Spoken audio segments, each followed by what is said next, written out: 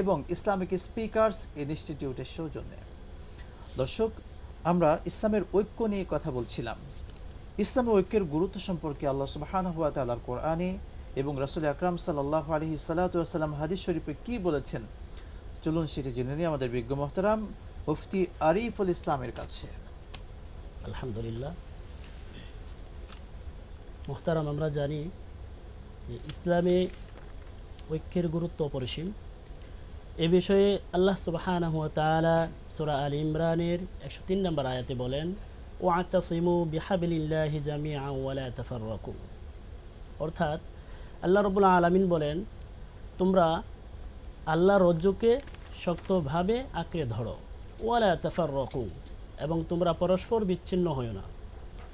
মুফাসসিরিনে কেরাম উক্ত আয়াত থেকে বলেন, আল্লাহর রজ্জু বলতে আল্লাহর কোরআন, আল্লাহর দ্বীনকে বোঝানো হয়েছে। তার মানে আল্লাহ সুবহানাহু ওয়া তাআলা উক্ত আয়াত থেকে সকল মুসলিম উম্মাকে এই মেসেজ দিতে চেয়েছেন যে তোমরা আল্লাহর দ্বীনকে আঁকড়ে ধরো এবং পরস্পর বিচ্ছিন্ন হয়ো না। এরপরে আল্লাহ সুবহানাহু ওয়া তাআলা সূরা আল ইমরানের 105 নম্বর আয়াতে বলেন, ওয়ালা তাকুনু কাল্লাযীনা তাফাররাকু ওয়াখতালাফু মিন বা'দি মা জাআহুমুল বায়্যিনাত, যে তোমরা সেসব লোকদের মতো হয়ো না যাদের কাছে সুস্পষ্ট দিন আসার পরেও তারা দলে দলে বিভক্ত হয়েছে এবং মতানৈক্য সৃষ্টি করেছে। উক্ত আয়াতে আল্লাহ রাব্বুল আলামিন এইটাই বোঝাতে চেয়েছেন যে দলে দলে বিভক্ত হওয়া যাবে না, ইসলামে ঐক্যবদ্ধভাবে জীবনযাপন পরিচালনা করতে হবে।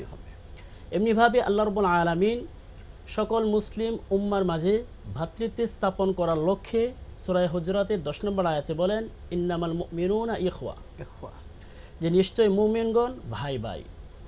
এরপরে আল্লাহ রাব্বুল আলামিন বলেন, ফাআসলিহু বাইনা আখাওয়াইকুম, যে তোমরা তোমাদের ভাইদের মাঝে ঐক্য স্থাপন করো। কোনো হিংসা থাকলে বা কোনো মনোমালিন্য থাকলে এটাকে শুধরিয়ে নিতে হবে, সংশোধন মীমাংসা করতে হবে। জি। এরপরে আমরা বিশ্বনবী সাল্লাল্লাহু আলাইহি ওয়াসাল্লামের হাদিস সমূহ থেকেও পাই।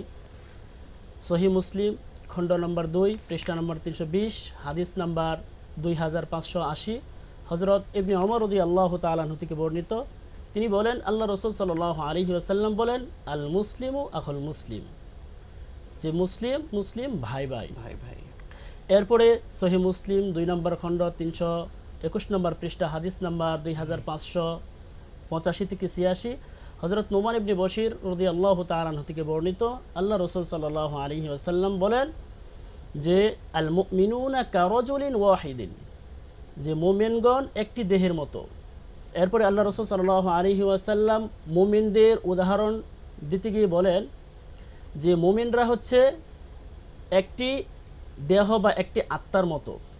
আসলে আপনি যে বিষয়টি মূল আমাদেরকে এবং দর্শকদেরকে বোঝাতে চাচ্ছিলেন যে সকল মুমিন তারা একটি শরীরের ন্যায়। আমার শরীরে যদি কোথাও পায়ে একটা কাটা ফোটে, আমার ব্যথা কিন্তু মাথায় পর্যন্ত চলে আসে, আমার পুরো শরীর বোঝে আমার কিন্তু পায়ে কাটা ফুটেছে। প্রিয় দর্শক, এভাবে মুসলিমরা বিশ্বের যে প্রান্তে আক্রান্ত হোক না কেন, আমাদের মনের মধ্যে ব্যথা লাগতে হবে যে আমার অমুক মুসলিম ভাই অমুক জায়গায় আক্রান্ত হয়েছে। প্রিয় দর্শক, আজকে আমরা ঐক্যবদ্ধ নেই, আজকে আমরা পরস্পর ঐক্যবদ্ধ নেই, মুসলিম একে অন্যের সাথে আমাদের মিল নেই।